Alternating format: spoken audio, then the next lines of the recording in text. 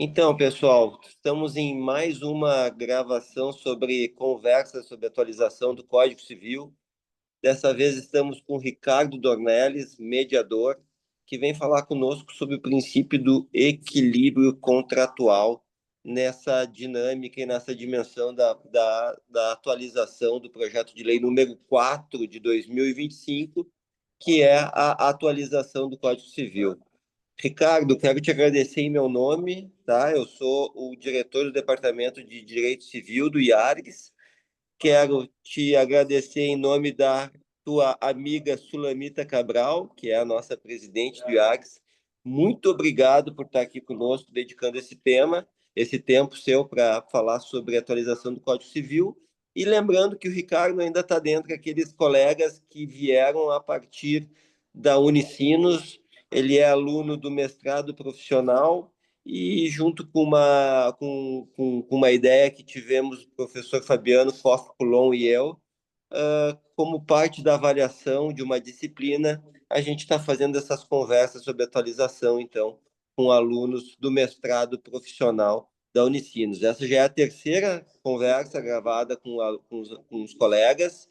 Está sendo muito interessante, muito legal, porque são colegas que estão estudando o direito nesse momento, são pesquisadores e tem enriquecido para bastante aí com colegas que estão mais se dedicando ao trabalho da advocacia. Então, quero te agradecer, Ricardo, obrigado por esse tempo aí dedicado ao IARGS, agradecer novamente à própria Unicinos, ao professor Fabiano Koff-Coulon, e, meu amigo, vou te passar a palavra, introduz teu tema e ao passo que tu vai falando, eu vou fazendo uma ou outra consideração, se for o caso. Obrigado.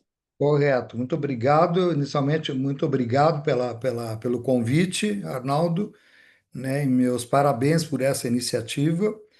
E a nossa querida amiga e minha madrinha, né? Chamo sempre a doutora Sulamita, né? Uma referência para nós, uma lenda na advocacia, né?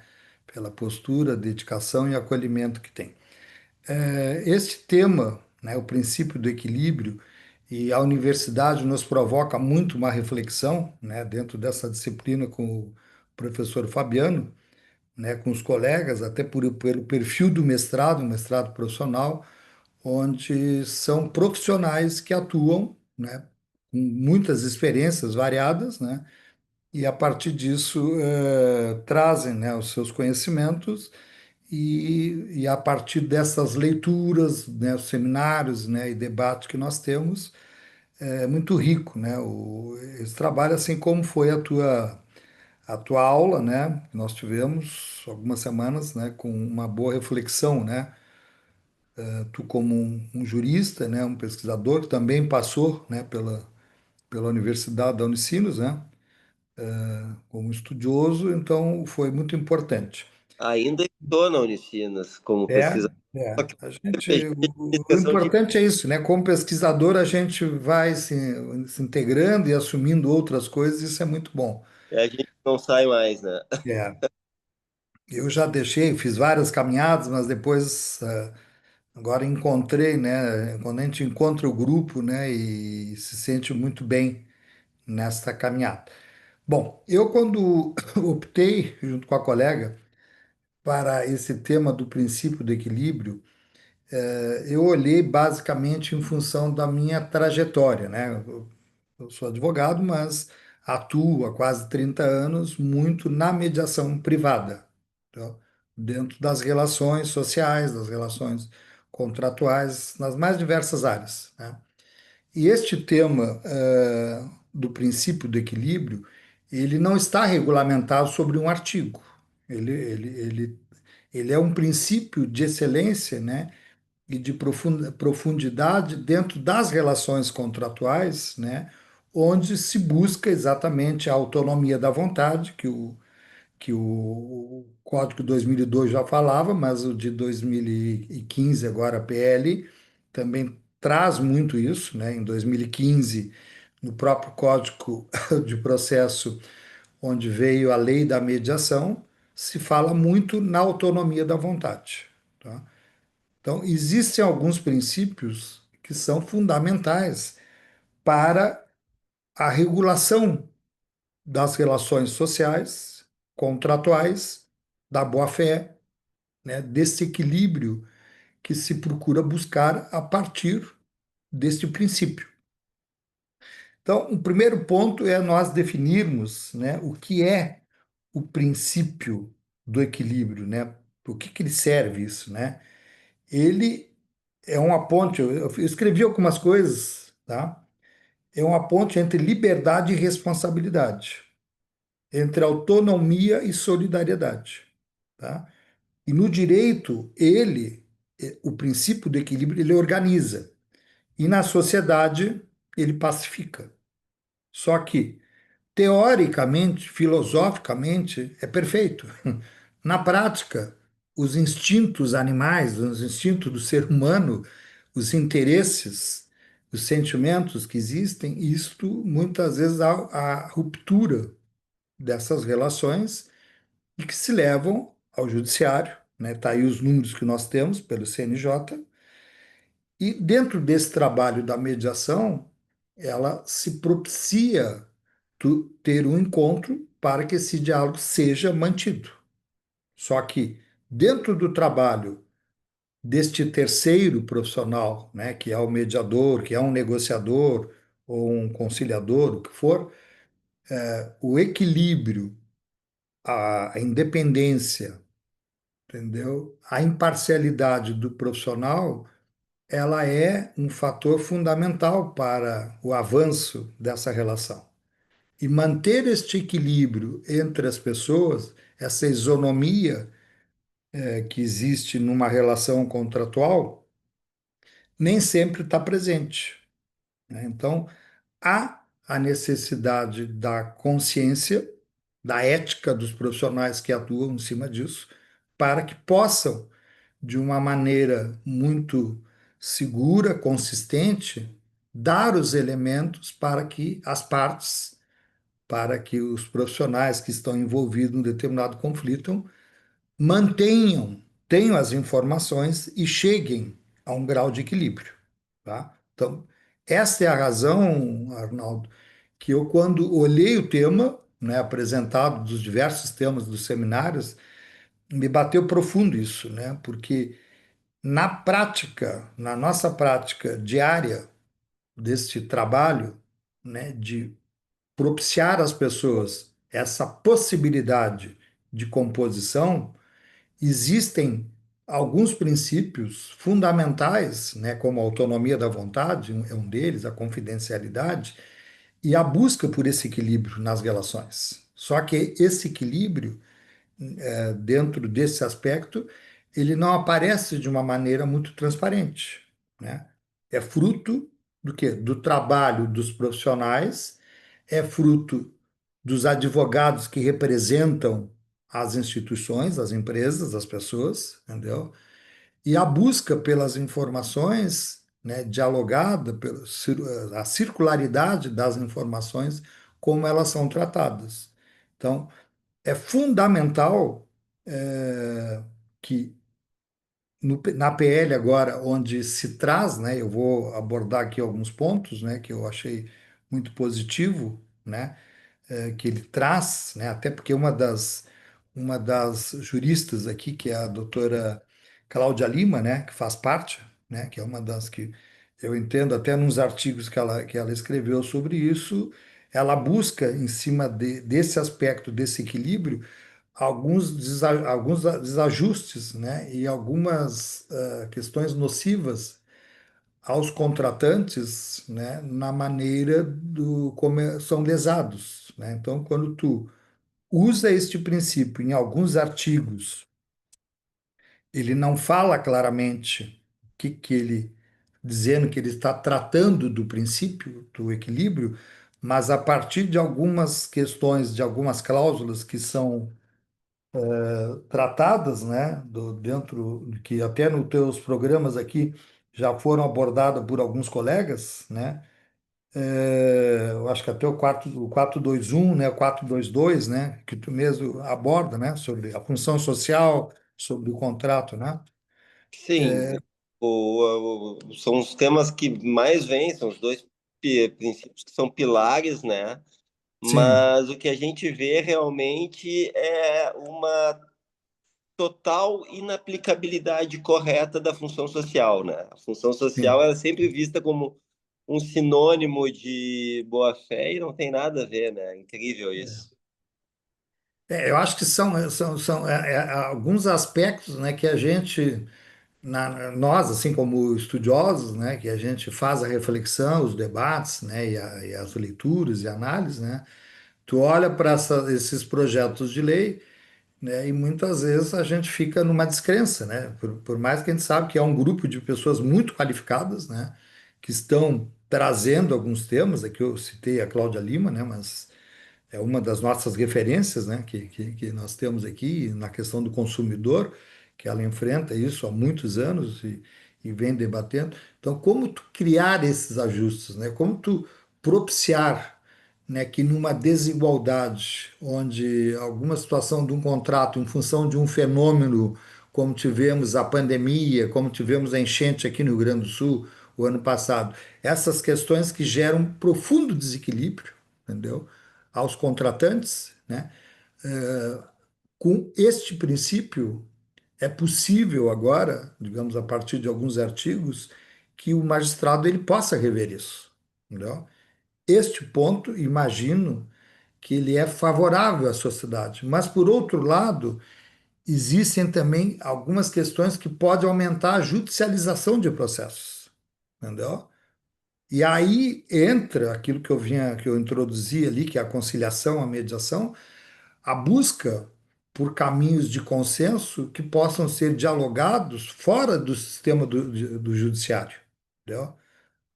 Para que se busque esse equilíbrio, para que se busque, que se chegue a esse resultado efetivo, né? Então, há pontos a serem debatidos, críticos, né, de pessoas que entendem, né, que isso pode elevar a judicialização, mas, por outro lado, tem elementos, né, que estão dentro desses equilíbrios contratuais, né, que procuram criar situações que trazem um voluntarismo, né, para que as pessoas possam exatamente dispor e encontrar soluções, entendeu? E aí, claro que eu defendo aqui, porque é a minha praia, é o meu dia a dia, né, o uso dos métodos adequados, entendeu? E de uma maneira muito efetiva, com a presença, né, e com o apoio técnico, né, consistente dos advogados, nesse sentido de poder trazer pontos que, às vezes, por vários fatores, geram exatamente questões processuais aí que são eternas, né, e que nós ficamos nessa discussão. Bom, tu chegaste a abordar a questão da função social, né? Acho que muitos colegas, né, têm trazido sobre isso, né? Tem trazido sobre isso, sim, a função social, né? Inclusive agora nessa atualização do Código Civil, ela é causa de nulidade do contrato ou da cláusula contratual, se uma cláusula contratual ou contrato desrespeitarem o princípio da função social, será nulo. E a boa-fé causa inadimplemento. Então tem também isso, né? Tem essa diferença, né? Sim. É. Porque a gente costuma entender que quando a gente fala de função social, a gente está num nível mais macro, né? E aí seria impossível apenas trabalhar no âmbito do inadimplemento, porque tem todos os terceiros que são determinados ou indeterminados que acabam sofrendo os impactos de um contrato ou uma cláusula que seja contra a função social. Eu tenho dito bastante aí que, por exemplo, na Uber, o problema que existe na relação de trabalho da Uber Vocês não estão trabalhando em cima desse tema, né, da Uber, né? Junto com o é Manuel, né? Sim, trabalhado bastante. E a gente entende que não é uma questão de se reconhecer relação de emprego, é uma sim, questão de se reconhecer a abusividade dos preços praticados, das taxas praticadas. E aí a gente tem uma questão que diz respeito à função social desses contratos e não propriamente ao direito do trabalho, ao direito à relação de emprego. Tu vê como muda, né? Como tu sim, consegue compreender aquela falha de mercado, já que tu falou no Manuel, Gustavo, Neubar, Trindade, vamos falar de falhas de mercado, a falha de mercado como um problema de direito civil e não de direito do trabalho. sim. Não, e isso me lembra do artigo 157, né, que ele fala, né, que ele traz, né, em caso de patente vulnerabilidade ou insuficiência da parte, presume-se a existência de premente necessidade ou de inexperiência do lesado, né? Então, tu Sim, vê que isto está na PL, né?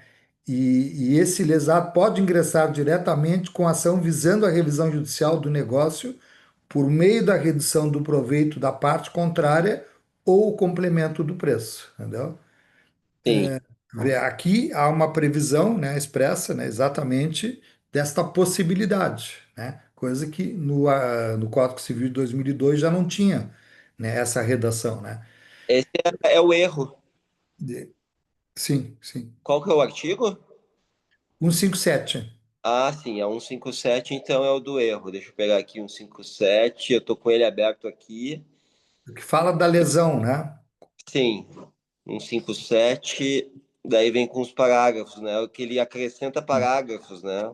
sim, quatro Deixa eu pegar parágrafos. 157 do código atual, é exatamente a lesão. Daí tem o parágrafo primeiro, segundo, e aí ele traz essa possibilidade de, sim, Sim.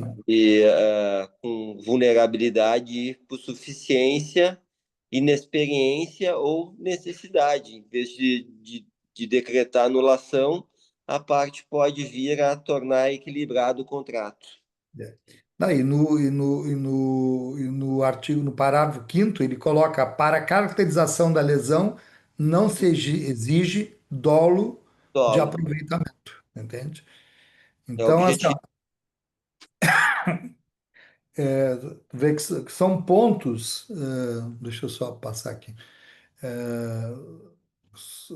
São questões, né, dentro dessa compreensão da PL, né, que me parece, né, que pelo que eu li de alguns doutrinadores, né, a intenção é exatamente tu dar essa proteção, né, e tu criar a partir da autonomia, né, quando tiver que agir, né, o próprio judiciário tenha instrumentos para isso. Mas eu entendo que o principal ponto é as pessoas exercerem essa autonomia sem ter a necessidade de judicialização, entendeu? Que possam sentar e encontrar as soluções, entendeu? A partir dessa construção, né? Desses diálogos, tá? Hum.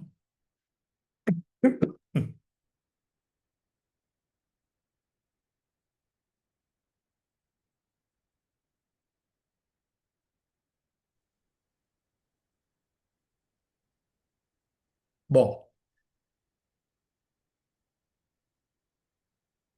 então, uma vez, né, considerada, né, dentro dessa abrangência que nós estamos falando desse princípio do equilíbrio, né, ele se refere a uma necessidade de assegurar uma distribuição justa e equilibrada das vantagens e ônus entre as partes envolvidas em uma obrigação, tá? E no projeto de reforma há uma ênfase de proteção do vulnerável, considerando as assimetrias que podem existir das relações contratuais, né? Que sempre está presente. O objetivo é garantir que as causas abusivas ou desproporcionais não prevaleçam, promovendo um tratamento equitativo das partes, tá? Equilíbrio de poder de proteção do vulnerável, tá? Penso que dependendo do tipo de relação, né, eu acho que nós sabemos que no mercado existem coisas muito abusivas, entendeu? Por parte, né, de um lado ou do outro, né?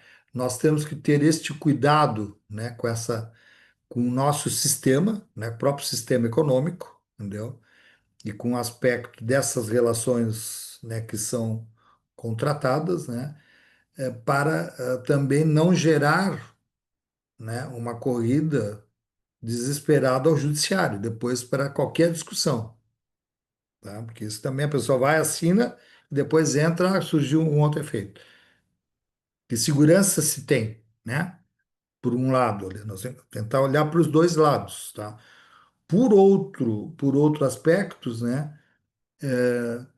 No momento que, enquanto país, a gente tem essa transparência, né? E as situações mais bem cuidadas, penso que isso dá uma segurança até para os investidores externos, para dentro do prédio, né? Empresários ou pessoas que venham para colocar seus negócios, para o próprio trabalhador, né? Dentro dessas relações, tá? Agora, é um ponto delicado, Arnaldo. Ele é muito, muito sensível, né? Porque será que com a melhor legislação que a gente tem, a gente consegue dar essa garantia? Entendeu? Que isso não vai gerar inúmeras ações, entendeu? A partir de uma abordagem, né? De uma reflexão, né? De um estímulo a contratos mais justos, entendeu? Incentivo à inovação, à competitividade, como hoje nós estamos aí com toda essa caminhada da área digital, né, das relações que estão surgindo, né, na própria academia, né, o tipo da relação com o aluno, como é que é isso, né, como é que está se dando esse enfoque, né, Eh, a responsabilidade social e empresarial, né, que aí isto, né, se tem empregado e a gente sabe tantos empresários, tantas empresas hoje com um papel assim muito conscientes, né, do emprego, de boas práticas, né? Tá aí toda a questão da governança, né, sendo utilizada, né, e de aprofundamento, né? Essa expansão a partir deste princípio, né, de uma maneira justa, uma expansão ao acesso ao mercado, entendeu? Para que se possa realmente ter uma regulação mais efetiva, né, mais duradoura, né, de maior cuidado, né? E essas possíveis mudanças regulatórias, né, que estão ocorrendo dentro do mercado. Então, eu olho de uma maneira positiva, né? Eu acho que tem pontos favoráveis, né, que isso pode ocorrer, né? Mas talvez daqui a pouco, daqui a alguns anos, a gente tem que fazer uma revisão, né? Como se fez em 2002 para agora. Só que a gente fica revisão, revisão, revisão, né? Porque Pois é, mas olha, desde que os códigos foram inventados por Napoleão, né, o que a gente tem é cada vez mais os códigos eles são revitalizados em prol de uma quebra menor da rigidez e da não revisão dos contratos, né? sim, Inclusive, isso está tão grande que fizeram uma lei da liberdade econômica para impedir um pouco a revisão dos contratos, né? O que, sim, para mim, é a prova de que, né, talvez seja a lei da liberdade econômica a última defesa contra a revisão dos contratos, né? E a gente sabe como é que é, né? Eu acho que é muito fácil analisar questões macro, né? E dizer que elas se aplicam a todos os tipos de contrato. Então, tu vai fazer uma relação entre, vamos lá, Gerdau e uma construtora, uma incorporadora, uma relação contratual com hiperbancas de advocacia, contratos caros que são pensados, muito bem pensados, e daqui a pouco a gente quer, né, entender que aquela dimensão ou aquela lógica ambiental que esses advogados, essas empresas estavam tendo, se aplica a toda e qualquer relação e não é assim. A gente sabe que 98% das relações contratuais, civis e empresariais, e mesmo empresariais, são relações em que tem uma parte que é mais forte, tem uma parte que é mais fraca. A sim, sociedade cada vez mais está organizando os negócios em nível de rede, né? Não só franquias, representações, distribuições, agora tem plataformas, integrações verticais, né? E os novos negócios que estão sendo pensados no âmbito digital são negócios que se organizam em rede também. E nessas redes tem coordenação, tem aderência e sempre vai ter um mais fraco. Então, como eu digo, né? essa última batalha contra a revisão contratual, que é uma batalha da lei da liberdade econômica, eu acho que é uma batalha tardia, a última das batalhas, né, de quem ainda, e vai o meu respeito a todos os legisladores que estiveram por trás da lei da liberdade econômica, mas vai de encontro com o próprio movimento contratual da sociedade. A sociedade está se organizando, está fazendo negócios num nível de rede, e o nível de rede ele tem as suas particularidades e ele sim precisa cada vez mais de revisão contratual, porque ele é um nível de adesão, de padronização, de coordenação, né, de empresários que aqui estão, que possuem desequilíbrio, possuem não possuem paridade de armas, né, e consequentemente não, mas em face da falta de paridade de armas, muitas vezes também não tem simetria de direitos. Sim. Então, eu acho que isso está cada vez mais entrando no imaginário do advogado, muito embora tenha alguns que ainda lutem contra, né? E cada vez mais isso vai pedir e vai demonstrar a importância de se pensar na revisão contratual fora do judiciário, na revisão contratual que seja célere, que atenda à dinâmica do mercado, né? E que para isso consiga dar efetividade às relações de mercado. E essa dinâmica da revisão, ela tem que vir ancorada, sim, na lei. Eu acho que nesse ponto, a atualização do Código Civil, ele aprofunda um pouco mais a revisão contratual, muito embora ele não tenha corrigido o que foi um erro para mim, que é o 421, parágrafo primeiro, e o 421A, que são os princípios da excepcionalidade da revisão contratual e o princípio da simetria e paridade entre os contratantes. Validado, sim. Sim. Então, eu acho que isso foi, para quem gosta de teoria de direito contratual, né, isso foi um retrocesso, é assim que eu penso. Eu não tenho medo de que o judiciário ou que o direito, eu não tenho medo que o direito revise os contratos. Pelo contrário, eu quero que o direito se revise os contratos, seja com um juiz, seja com um mediador, com um negociador. Eu quero que o direito, porque se eu não quiser isso, eu posso fechar a disciplina de Sim. direito contratual que não vai ter nada para a gente ensinar. Sim. Então, eu quero isso, eu quero equilíbrio, eu quero que o mercado seja equilibrado e o equilíbrio sempre no âmbito de mercado vai dar a partir da análise do que está desequilibrado, né? E eu acho que nisso a história do direito contratual, da disciplina e da literatura e da própria legislação é no sentido de evolução, salvo pela lei de liberdade econômica que foi contra a história e não tenho, quando eu vejo sendo aplicada, eu vejo sendo aplicada justamente por juízes que não querem nem entender a diferença fática e contextual entre os contratantes e empresários, e se furtam de fazer o que o direito é, interpretação, hermenêutica, certo? Nesse passo eu concordo contigo plenamente, né? E penso que talvez o que o legislador não tenha conseguido fazer, e talvez seja por resultado de uma cultura que não é desenvolvida para isso, mas o que o legislador não conseguiu fazer ainda foi é, mandar os empresários para um âmbito extrajudicial. E talvez isso não precisasse ser feito tão somente por lei processual civil. Isso pode ser feito pelo Código Civil, né? Ah, com as próprias alternativas aí como essa da lesão que tu leste, né? Que tu É. reproduziu para nós. Eu acho que é como eu falo, né? O mediador ele está há 50 anos na frente do direito contratual. O problema, Arnaldo, é que nem todo mundo, e aí a questão da formação das pessoas, entendeu? Se misturam determinados papéis e tem pessoas se apresentando como mediador querendo dar sentença, entende?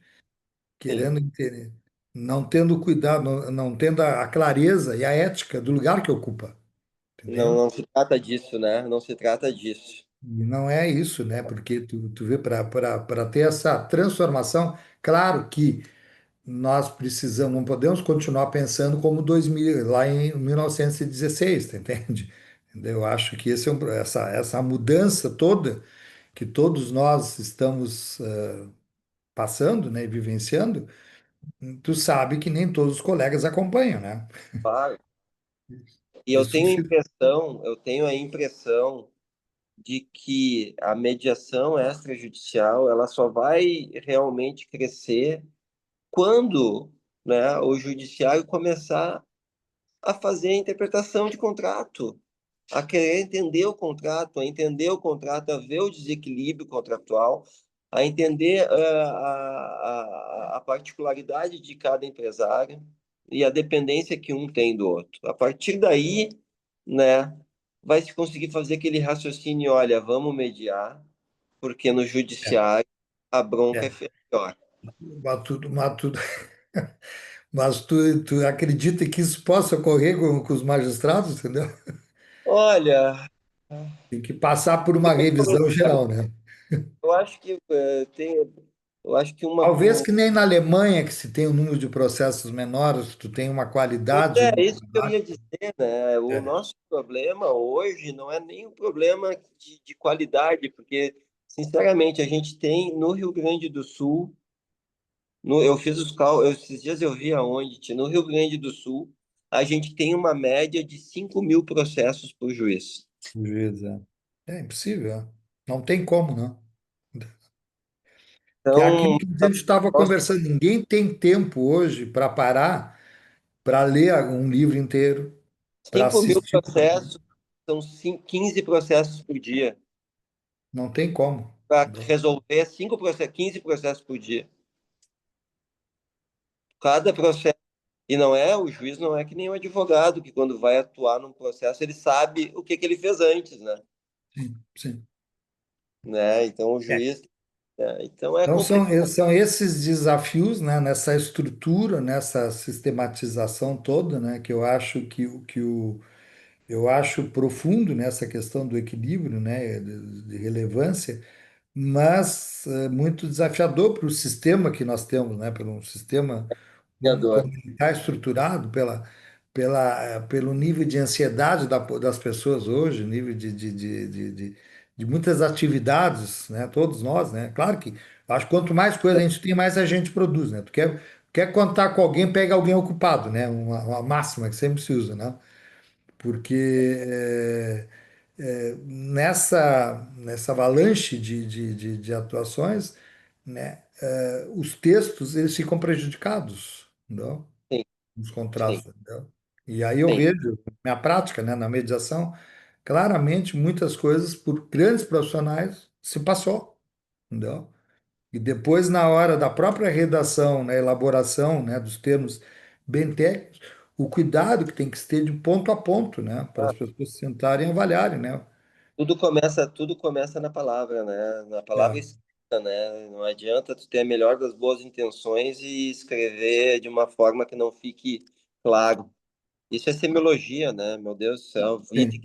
Wittgenstein, Saussure, uma média aqui no Brasil.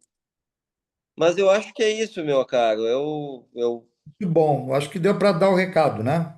deu para dar o recado, sim. Eu acho que o código avança nesse ponto.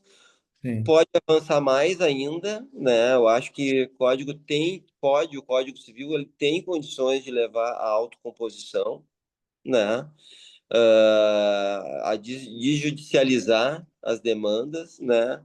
Ainda mais sendo no direito contratual um ramo privado, né? Em que o Estado, em princípio, não precisa se preocupar e já não se preocupa muito, né?